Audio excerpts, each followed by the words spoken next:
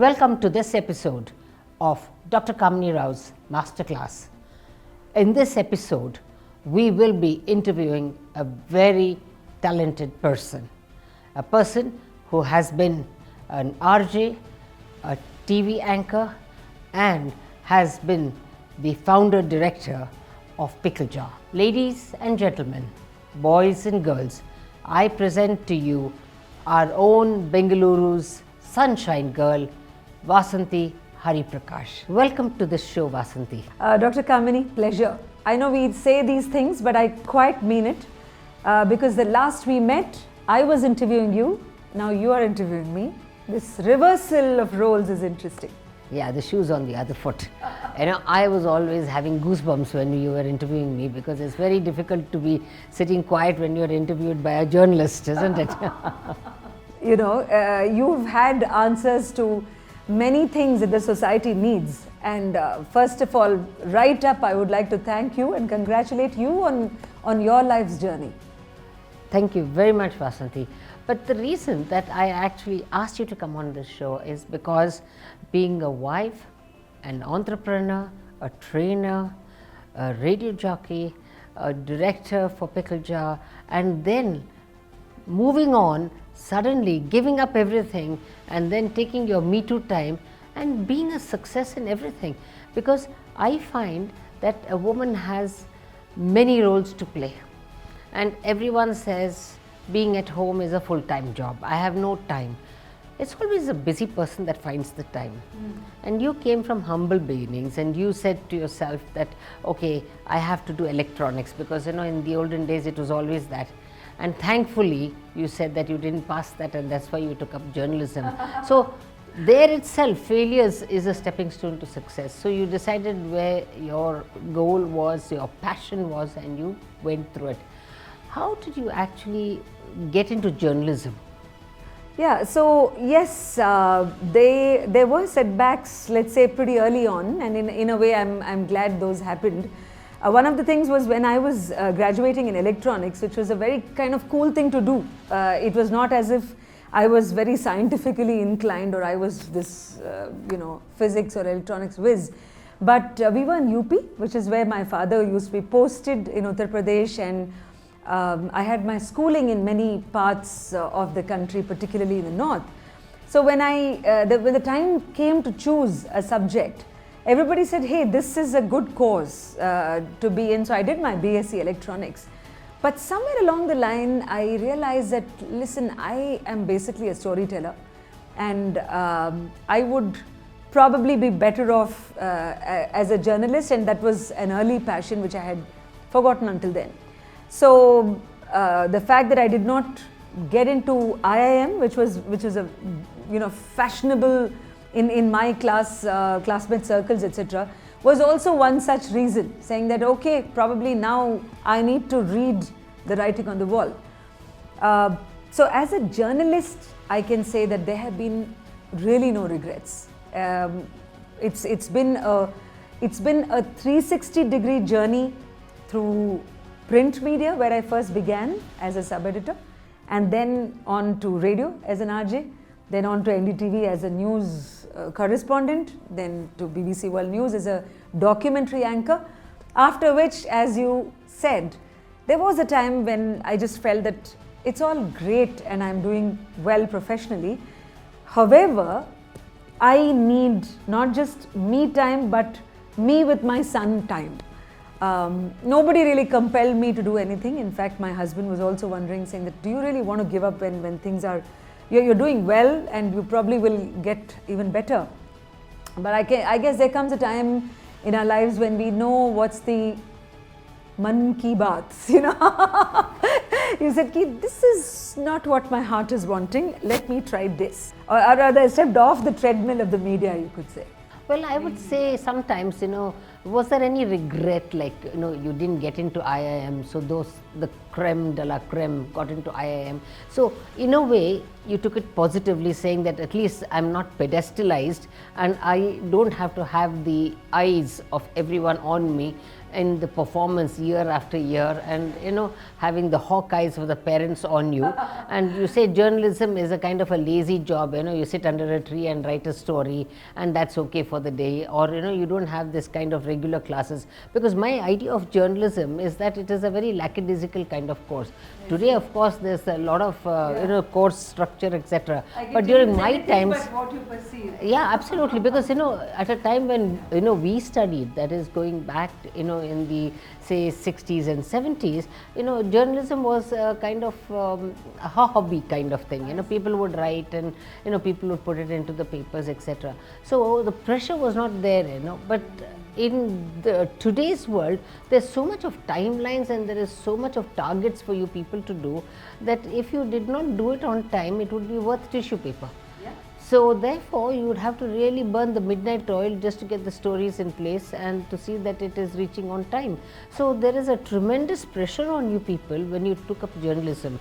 So from an IIM to journalism, that must have really given that kick, rather than to say that you go from 9 a.m. to 5 a.m. Here in journalism, there is no time. The news business and industry has been 24/7, even if you are not in the electronic media. Much of the media is kind of geared to that. However, you see, for those of your viewers who are not very acquainted with what really the world of the media is like, or probably who don't know much about what goes on into making of that, oh, today the nation needs to know this and that, there is a whole set of talents that is working to make that, let's say, one news bulletin possible, or when you're reading your morning newspaper, or when you're scrolling down increasingly news on your gadgets, the number of, let's say, jobs are also something which probably many women can consider, because there are sub-editors on the desk who are correcting typos, who are probably framing the sentences better, or people in the production crew, people who are making those graphics that you see, and coordinating guests who will come on to these debates, like how you are having me on your show. So there's a whole lot of roles, and I always tell people who aspire for a career in the media, that saying that don't be either charmed only by or put off, depending on whether you like the television, this thing, that there is more to journalism, more to media than just the electronic media. So there is something also called the long format storytelling, and I am particularly a fan of deeper writing, deeper reporting, and my stepping away from my facing the camera role on television made me ready in a way to be able to tell stories of a changing India through audio, because I was also an RJ, so I love the ability to say through voice, and Namma Dhwani and although it's such a powerful weapon, so through text, through video, and that is why from that my journey came after the next few years, even without my much planning for it, into becoming an you could say entrepreneur, or you could just say that the founder of Pickle Jar, which is this story house, where we tell stories of what's happening in our country. Yeah, but there's another story about Pickle Jar. Why Pickle Jar? I mean, when I suddenly looked at Pickle Jar, I felt that yes, it's got a twangy taste. Pickles is what grandmothers make, and I think they take pride in that. And you've got this Pickle Jar, so I think Pickle Jar must be very close to your heart. So why name your company Pickle Jar? Because two women who are extremely close to my heart used to make lovely pickles. So both my mother-in-law Usha and my grandmother Padmini were known in our family circles for the upinkai or urgai or whatever you call it. So matlab agar achar ki dibya kahe, whatever you, but the fact is that, as you said, it's something which is us, which is so not something which is thrust on us, which is not something alien, but which takes us back to who we are. But the thing is that, when you're making a pickle, there is a lot of diligence about it. But the main part which draws me to a pickle is that it just leaves a lingering taste of what that pickle is. So I kind of, though it's not something that I thought all this when the name Pickle Jar struck me like a lightning bolt, but I do remember at some point when I was sitting in Laos and a documentary place, for BBC World News, it was saying that, hey, if only I have something of my own someday, it would be good to call it Pickle Jar, because look at what love goes into that, what kind of this thing, but it also that it you remember that long after you have tasted it. So to be able to create stories that people will remember long after you have told that, like a pickle, that's the idea. I knew you always had a lateral tilt, to everything, and that's really good. But then going just a little back, when you were a radio jockey, and there were so many people listening to you, especially in the Radio City, 91.1, and you would be saying, good morning, and everyone would be so familiar with this booming voice of yours. And you had this thing, where even our Infosys chairperson, Narayan Murthy, had also commented that you could change the way people think of over 2 million people. And that was a heady kind of comment that was given to you. How did you feel about it?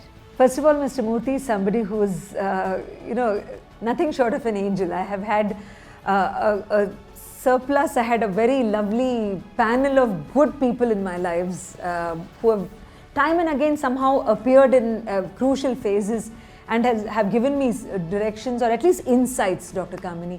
And I would certainly think Mr. Murthy was someone like that. Obviously, you and I, or even the citizens of Bangalore or people across, respect and value the Murthys for their philanthropy, for many things. And for me, his simplicity was something which stood out, but also that he would be so prompt. I would, let's say in a mail, first of all, his mailing me was a big surprise for somebody who was trying to find her place on radio, because radio happened to me by a happy accident. I was not somebody who was trained for radio in that sense. So it came at a time when it gave me a lot of reassurance, saying that it's the right kind of people are relating to this show. That was one thing. Mr. Murthy's words, or the fact that he later on, he was the one who nominated me along with journalist Shakuntala Narasimhan for a Salzburg Fellowship, which played a very precious part in my career, was also that, someone who takes time out for others. And this, frankly, I mentioned this aspect, I mentioned in one of my TEDx talks as well, saying that there are three C's that have played a very important part. And I would like to share that, which is that community, collaboration, and conversation. Community, in that you are always, when you, let's say, go on to be a successful person, or you at least embark on something, you cannot say that you are alone, because no matter what, there are people backing you, whether you kind of acknowledge or not. And this community for me, maybe because I grew up in a joint family in Madras with my grandmother, there's always people looking out for you. And that I feel has been a strength, even in whether in my journey as a journalist or later on the other things that I've gone on to do, that people are central to whatever you take up. That you have been helped by so many people, and you better help others. It's like a kadi, it's like a link, and that you're not doing anybody a favor. That's the way the world works. And therefore this thing of collaboration as well, given the fact that there have been so many talents who have come together, even for Pickle Jar, when we curated the first film festival on actor Smita Patil in 2016, there were so many different beautiful talents that came together. We're about a team of 25-30 people. And I don't have the talents that so many else had. I may have been speaking, but I was actually speaking for a lot of teamwork. And therefore I really believe that that's very important, this collaboration and community. Yes, I think it's very important for us to say that we can do it rather than I can do it. And this we is something which is important, that it's a kind of many hands make light work. And each of us will have some kind of expertise that we can actually bring to the table. And if one person wants to do everything, you know that they're not going to be good at everything. So you get something which is very mediocre, and that's what we should not have. But having said that, when you did this work for the RJ, for Radio City, you won a lot of prizes. Okay, so can you tell us something about it? How did you feel when you were winning all these prizes, the best RJ in India and things like that? What's the feeling? See, the feeling was of surprise, being falsely modest, but I'll give you the context and the background. See, because what happens with an award was, till such point, at least then, because radio was new, the radio station that I worked on was the country's first private FM. And so in a way we were doing things which did not have, let's say, a history in private FM. So many things, all the people who were there in it were figuring out on their own. And then you didn't have, let's say, some matrix or this thing, which is a good thing, by the way. Nowadays I feel all the TRPs and RAMs, the corresponding word for TAM, which is television audio measurement, which determine your ratings, etc. So the radio has got a brother or sister, it's called RAM, radio audience measurement. You can call it RAM or RAM. So at that time, we were still thinking, okay, I am speaking from my lovely fancy radio studio, but is it making sense? In the sense, should I do something else? So you are in a little unsure space. I certainly was. I even remember thinking that within the first 5-6 months, because it was live, and I remember telling my then boss, Suresh Venkat, saying that, you know what, you put me on this live show, what will happen if I do a mistake? What if I go on air and say this? And he just turned around like this cool cat, and he said, come on, yeah, is that a big, what, some 20 lakh people be listening, that's all. I said, oh, that's all, like just 20 lakhs. But then the bigger lesson you draw, therefore, which has even now helped me in many ways, is that you are not afraid so much of making mistakes, or that you are not afraid of people noticing your mistakes. You are saying, big deal, finished, aitu. Now you moved on to the next thing. And therefore this let's say radio award, when it came, and I was busy moderating a book which was incidentally on female infanticide and feticide. Yeah, my friend Geeta Aramudan's book, Disappearing Daughters, moderating a conversation on the girl child and all that, and I switched off my phone. And after that discussion, when I switched on, I suddenly see one barrage of missed calls, amongst which was my boss's, incidentally a lady, Apurva Purohit at that time. And I was like, good Lord, what did I do wrong? One of my friends called up and said, hello, so I just heard your name being announced on this Mumbai stage. And therefore, awards are delightful. I'll be lying if I said I don't like it. But two things happen, is that people start to notice your work. More than anything at all, your bosses start approving of your work. So you need to get somebody else to recognize you before your boss does. We are like this only, because they are also trying to figure out, saying that this thing. So like, okay, she must be doing something lovely, surprise to be given this thing. And then later on things happened. I was sent to London to study the best practices of the radio space. You meet so many people who've done your, that little big L board that's around you continues in some way, because you then realize the amount of stuff that's to be learned on the job. And I think the other thing that I've always wondered about the radio jockeys, you suddenly put your headgear on, and then you suddenly start talking. I mean, many a time you become almost silent, because How do you keep on blabbering for that 4 hours and believe me, okay, being paid to play music, for example? I mean, that's a cushy job, all right. Flip this question and a little quiz. Now, let's say mine was a 4-hour show, which it was, 7 to 11 used to be. From 7 a.m. to 8 a.m., when I first say, good morning, Bangalore City, to 8 o'clock, in 60 minutes time, what's your guess, how many minutes would be my talk time? Maybe about 10, 15? It was 8 minutes. So 8 minutes out of the 60, because there is ad break, there is the songs, of course, there are the promos that will, announce that, okay, now you're listening to this show with so and so, etc. But the perception for the listener in this case is that, hey, there is somebody who's playing music for me. So that's what distinguishes between you just playing, let's say, a recorder and somebody like that. Which is why, frankly, I used to be very conscious, saying that I need to be responsible and accountable for the time that you're listening to me, that I should fill it with stuff that don't put you off. So those few minutes that you get to this thing, if you are saying something that directly connects with the person who's listening in, then you have made a mark. Then you're being accepted. And that person is thinking, I need to come back to her show again and then again next morning. And then it becomes a habit. So therefore, even after I stepped out of radio, when I used to get called to speak to radio jockeys who are about to be, I just say that, listen, never take a moment.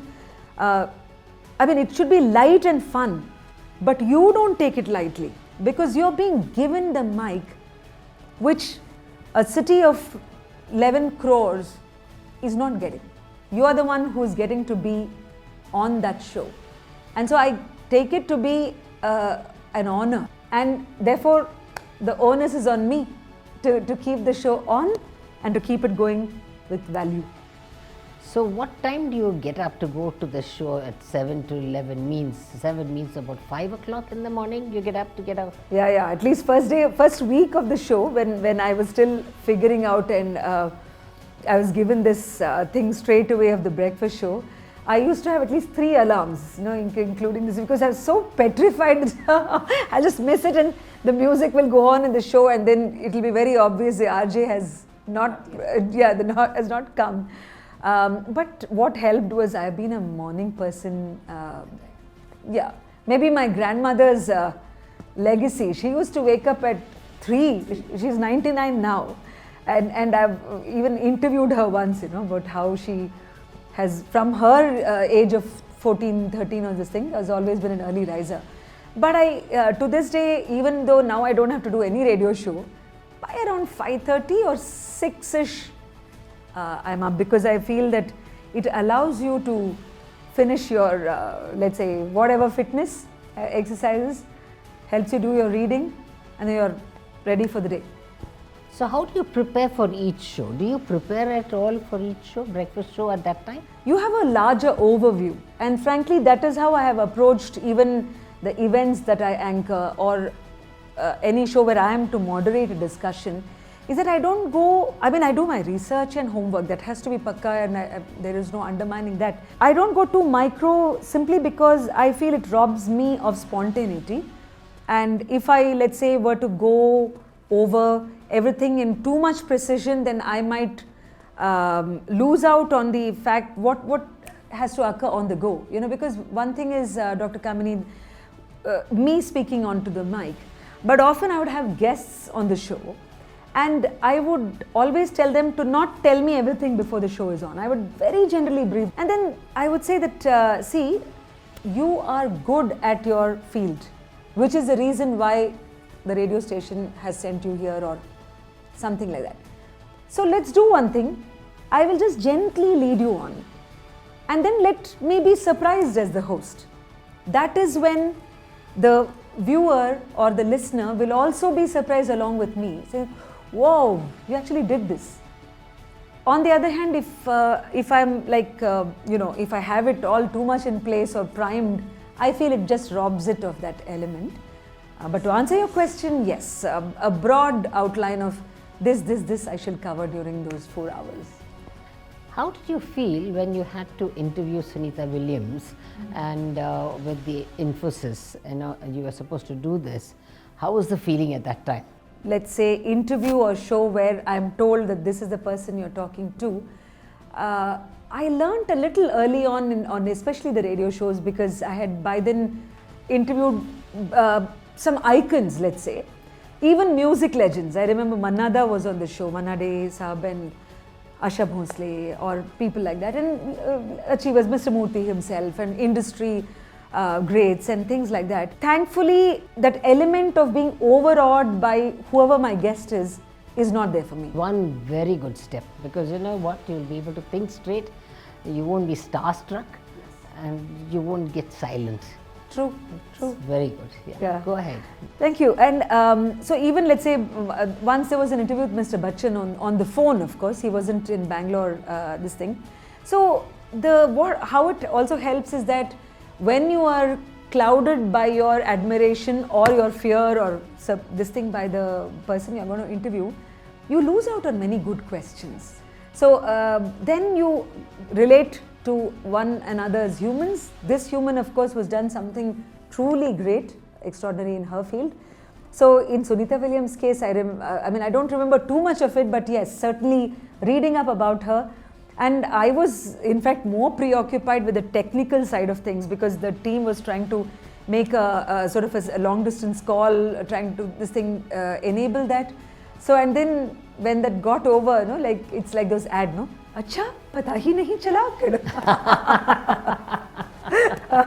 No, but that's very nice, you know, to have you, you know, interview her. And she also connected well. Did she connect well with India? It was a very brief interview. So what, 1 or 2 minutes is it? No, it was about 10 minutes. I'm not very sure how much it was, but it was not something which was an extended one about her work. So, yeah, and plus there were also all the people on stage. Mr. Nandan Nilekani was there, the other Infosys people, and of course a huge, you know, their own campus there, and so there were all those people. So there was not so much that of mind reading, let's say, I could do. Sometimes you can, you know, your guest is sitting before you, and then you just realize you're connecting at a very fundamental level. But that didn't happen at that time. I remember far more, let's say, engaging interviews that I had, for example, with Mr. Shankar Mahadevan. You know, like Shankar Hassan Loy was there. U. Srinivas, the mandolin maestro, he was there at that time. All four of them had come. And I would tell you that U. Srinivas was the most difficult guest I can remember. Oh my God.